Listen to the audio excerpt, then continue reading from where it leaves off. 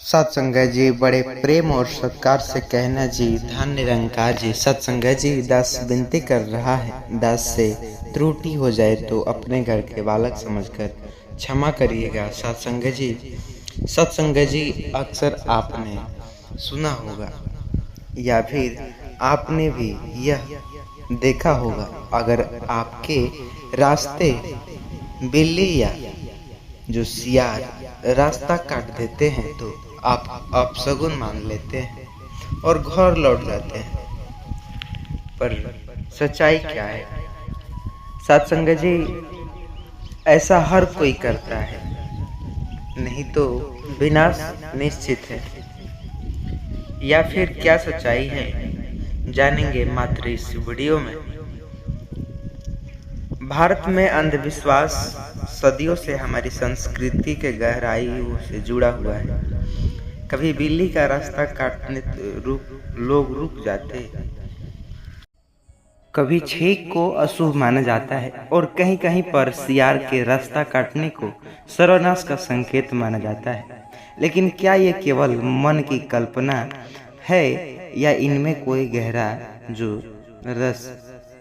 क्या सच में सियार का रास्ता काटना कोई संकेत देता है या यह सिर्फ एक डर जिसने पूरे समाज को बांध रखा है? आज जानेंगे सतगुरु बाबा हरदेव सिंह जी महाराज के विचारों के माध्यम से एक ऐसी सच्ची घटना जिसने आपके दिल को झकझोर डालेगी, आपको वहां ले जाएगी झारखंड के एक छोटे से गांव जहां एक परिवार ने सियार के रास्ते जो कि काटा परिवार, लेकिन गंभीरता से नहीं लिया उन लोगों ने।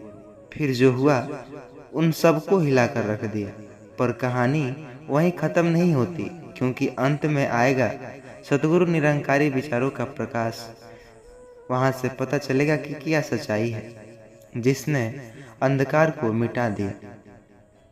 सत्संगत जी, यह वीडियो हर इंसान के लिए बहुत ही ज़्यादा ज़रूरी है, क्योंकि अक्सर आपके भी सियार रास्ता काटे होंगे। आइए सच्चाई को समझते हैं। सत्संगत जी, आपका बिना कीमती समय नष्ट न करते हुए कहानी की ओर बढ़ते हैं। उससे पहले चैनल पर नए होंगे सब्सक्राइब करिएगा और हाँ, इस वीडियो को अंत तक जरूर देखिएगा। कहानी शुरू होता है झारखंड का एक छोटा सा गांव चंदौरी। यहाँ पर जयप्रकाश शर्मा उम्र 42 वर्ष शिक्षक थे। पत्नी कमला, पुत्र विवेक और बेटी प्रियंका। यह कहानी 2021 की बात है। सावन का महीना था और जयप्रकाश अपने बेटे विवेक को पहली बार शहर में कॉलेज में जो कि दाखिला दिलाने ले जा रहे थे। सुबह 5 बजे गांव से निकलते वक्त जैसे ही गाड़ी मुख्य सड़क पर पहुंची, एक सियार ने उनका रास्ता काटा। गाड़ी रुक गई। कमला बोली, अब क्या कर रहे हैं? ये तो बहुत बड़ा अपशगुन है, चलो वापस चलते हैं। जयप्रकाश शिक्षित थे, वे बोले, ये सब केवल अंधविश्वास, क्या एक जानवर हमारी किस्मत बदल देगा? लेकिन कमला नहीं मानी। वह बहुत कहा सुनी के बाद वह गाड़ी से उतर गई, घर वापस चली गई। जयप्रकाश और विवेक आगे बढ़े। 30 मिनट बाद बारिश शुरू हुई और सड़के के किनारे अचानक एक पेड़ गिर गया। गाड़ी बाल बाल बची। विवेक डर गया। पापा, मम्मी सही कह रही थी क्या? सियार ने रास्ता काटा और देखो क्या हुआ।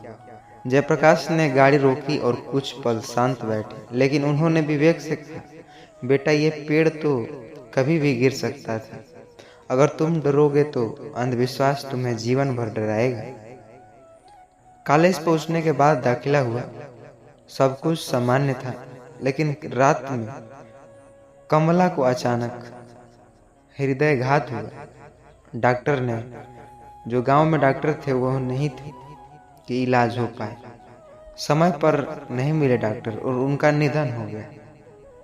जब जयप्रकाश गांव लौटे, लोगों ने कहा, देखो, सियार ने रास्ता काटा था, किसी के प्राण ले गया। तुमने चेतावनी नहीं मानी। जयप्रकाश अंदर से टूट चुका। बोला, क्या सच होता है क्या? शोक सभा में गांव के लोग, एक बुजुर्ग आए थे जो सतगुरु निरंकारी मिशन से जुड़े हुए थे। उन्होंने जयप्रकाश को एक पुस्तक दी, अंधविश्वास बनाम आत्मज्ञान, जिसे सुन करके, जिसमें बाबा हरदेव सिंह जी के प्रवचन थे, एक पंक्ति थे जो कि जयप्रकाश को भीतर तक झकझोर दिया। अगर मन डर के अधीन हो तो तुम्हारे कर्म ईश्वर की योजना में विचलित हो जाते हैं, लेकिन अगर मन आत्मज्ञान से भर जाए तो अंधकार भी मार्ग बदल जाता है। साथ संगत जी, जयप्रकाश ने उस रात ध्यान नहीं दिया। अपनी पत्नी की मृत्यु पर शोक से परे जाकर जीवन का गहरा प्रश्न पूछा, क्या मैं सच में इस यार के कारण कमला को खो बैठा, या ये जीवन की योजना थी जिसे मैं नहीं समझ पाया। जयप्रकाश ने गांव में एक छोटी सभा बुलाई, जहां उन्होंने सियार और अंधविश्वास से खुली एक चर्चा की, जहां पर उन्होंने बताया जंगलों में सियार सामान्य जानवर है। अगर कोई भी जानवर रास्ता काट दे, वह केवल दिशा बदल रहा है, आपकी किस्मत नहीं। डर जीवन की सबसे बड़ी बाधा है। अगर हम सतगुरु के बताए मार्ग पर चले तो अंधविश्वास का ताला टूट जाता है। सतगुरु के वचन यह थे कि जो डर के अधीन जीता है वो कभी ईश्वर को पूर्ण रूप से नहीं जान सकता, क्योंकि परमात्मा विश्वास में बसता है, डर में नहीं। जानवरों की गति में ईश्वर का संकेत नहीं, बल्कि हमारे कर्मों में उनका विधान है। गांव में एक और परिवार था, भरोसेमंद, जो कि उनकी बेटी की शादी तय थी। विदा के दिन सियार रास्ता काटा। उन्होंने शादी रोक दी। अगले महीने लड़की की शादी दूसरे लड़के से कर दी। 1 साल बाद ही तलाक हो गया। जयप्रकाश ने भरोसेमंद से कहा, अगर तुम डर से नहीं चलते तो तुम्हारी बेटी आज खुश होती। भरोसेमंद की आंखों में आंसू थे। निष्कर्ष यह निकलता है, क्या सियार का रास्ता काटना सच में अपशगुन है? जी नहीं, यह केवल एक भ्रम है जो पीढ़ियों से फैलाया गया है। लेकिन अगर हम सतगुरु के वचनों को अपनाएं तो डर का स्थान विश्वास लेता है, सत्संग जी, और अंधकार का स्थान प्रकाश।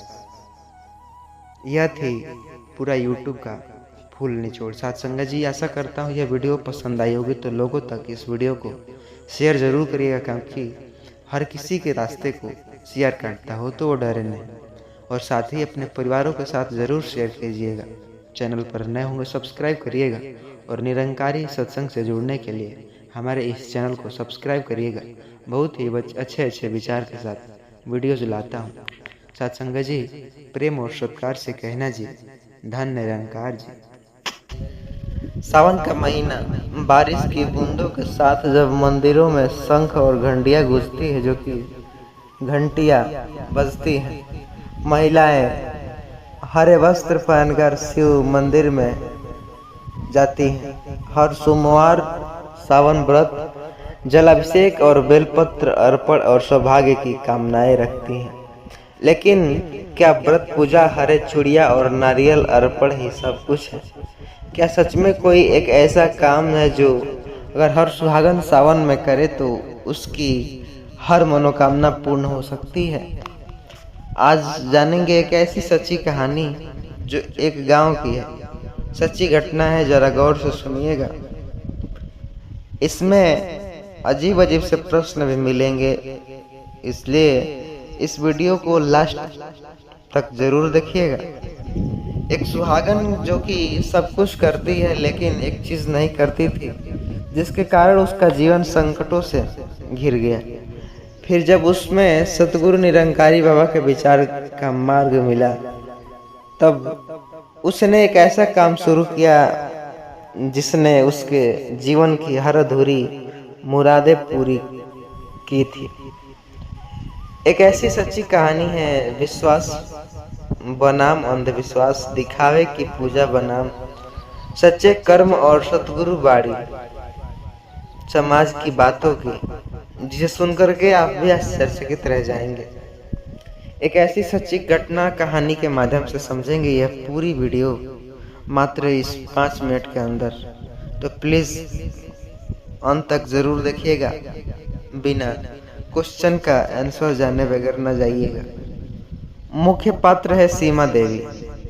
कहानी में 35 वर्ष की पत्नी अमरेश बाबू सरकारी क्लर्क था। निसंतान नहीं। सीमा देवी ने विवाह के 10 साल पूरे किए, लेकिन उनकी गोद सुनी थी। हर सावन में वो बिना नागा व्रत रखती, मंदिर जाती, पंडित जी से बताया अनुसार उपाय करती। फिर क्या होता? कुछ नहीं होता। गांव की औरतें उन्हें देखकर फुसफुसाती, इतने व्रत करने भी कुछ नहीं हुआ, शायद इनका भाग्य खराब है। सीमा के भीतर धीरे धीरे सवाल उठ रहे थे, क्या मैं कुछ गलत कर रही हूँ? क्या शिव मुझसे नाराज है? 2022 जो सावन था उसी का समय का बात है, जरा गौर से सुनिएगा। सावन सोमवार सीमा ने बेलपत्र, दूध और फल पंचामृत लेकर जो आई। मंदिर में एक बुजुर्ग महिला बैठी थी, शांत, गहरी और आंखों में बेसुर जो की दृष्टि वाली। सीमा ने जब उन्हें अर्पित करते देखा तो वह बस अपने हाथ जोड़कर मुस्कुरा रही थी। सीमा ने पूछा, दादी आपने पूजा क्यों नहीं की? तो प्रश्न का उत्तर मिलता है। दादी बोली, मैंने किया, लेकिन वो एक काम किया जो सबसे जरूरी है। सीमा चौंकी, बोली, ऐसा कौन सा काम है, जरा हमें भी बताइए। दादी बोली, हर सावन में मैं किसी जरूरतमंद की मदद, किसी विधवा को भोजन, किसी अनाथ को वस्त्र और किसी बीमार को अस्पताल में ले जाती हूँ। यही मेरी असली पूजा है और मुझे आज तक कोई काम जो कामना अधूरा नहीं है, मेरा सब पूर्ण है। सीमा को झटका लगा, अरे ये क्या लग चमत्कार हो रहा है सगर। वो सोचने लगी कि चमत्कार हो रहा है। मैं शिव को इतने जल चढ़ाती पर किसी प्यासे को पानी नहीं दिया। मैंने मंदिर साफ किया पर पड़ोसी के टूटे घर की मरम्मत नहीं कराई, तक झाड़ू नहीं लगाई। तो सत्संग जी, सीमा ने भाई ने उसे एक दिन सतगुरु बाबा के बारे में बताया, जहां हरदेव सिंह जी का वीडियो जो उसने देखा था। उसने बाबा से कह रहे थे, सच्ची भक्ति को वो नहीं जो मंदिर तक सीमित हो, सच्ची भक्ति वो है जो इंसानियत तक पहुँचे। सेवा, भक्ति सेवा के बिना अधूरा है। शिव को जल चढ़ाना तब फलदायक होता है जब तुम्हारा हृदय कांप कर प्यासा से जो उठ जाता है। सीमा को लगा जैसे उत्तर मिला है, शायद मेरी ही बातें हो रही होगी, लेकिन ऐसा नहीं। सत्संग जी, भक्ति सेवा के बिना अधूरा है। जब शिव को जल चढ़ाना तब फलदायक होता है जब तुम्हारा हृदय किसी की प्यासा बुझाए। सत्संग जी, इस सावन को सोमवार जरूरतमंद सेवा करो। पहले सोमवार उनके लिए बहुत ही जरूरत है जो बूढ़ी जो महिला के लिए राशन खरीद। दूसरों सोमवार एक छोटे स्कूल के लिए बच्चों को कापियाँ बांटे। तीसरे सोमवार गांव की दलितों को बस्ती में साफ करो अभियान बुलाया। धीरे धीरे जीवन बदलने लगा, चेहरे पर निखार। अमरेश बाबू भी कहने लगे, सीमा तुम्हारी भक्ति और अब मैं तुम्हें जीत लिया हूँ। चमत्कार हो गया। 2023 में सावन में जब सीमा को पता चला कि वो माँ बनने वाली है, माँ के घर जो कोई बोलने पर रहने लगी। इतने सालों के बाद ये वो शिव जी का चमत्कार है, लेकिन सीमा जानती थी यह सब सेवा का फल है। सतगुरु का फल सतगुरु की वाणी से ही मिलता है, जीवन में उतरने से फल मिलता है उनकी वाणी को। तो सत्संग जी, आशा करता हूँ आप अच्छे होंगे, स्वस्थ होंगे। लेकिन हाँ, चैनल पर नए होंगे सब्सक्राइब करिएगा और इससे वीडियो को मित्रों के साथ अवश्य भेजिएगा सत्संग जी, ताकि हर कोई समझ सके। सत्संग जी, प्रेम और सत्कार से कहना जी, धन निरंकार जी। सावन का महीना हिंदू धर्म में अत्यंत पवित्र माना जाता है। विशेषकर सुहागिन स्त्री के लिए श्रद्धा, प्रेम और सौभाग्य के प्रतीक।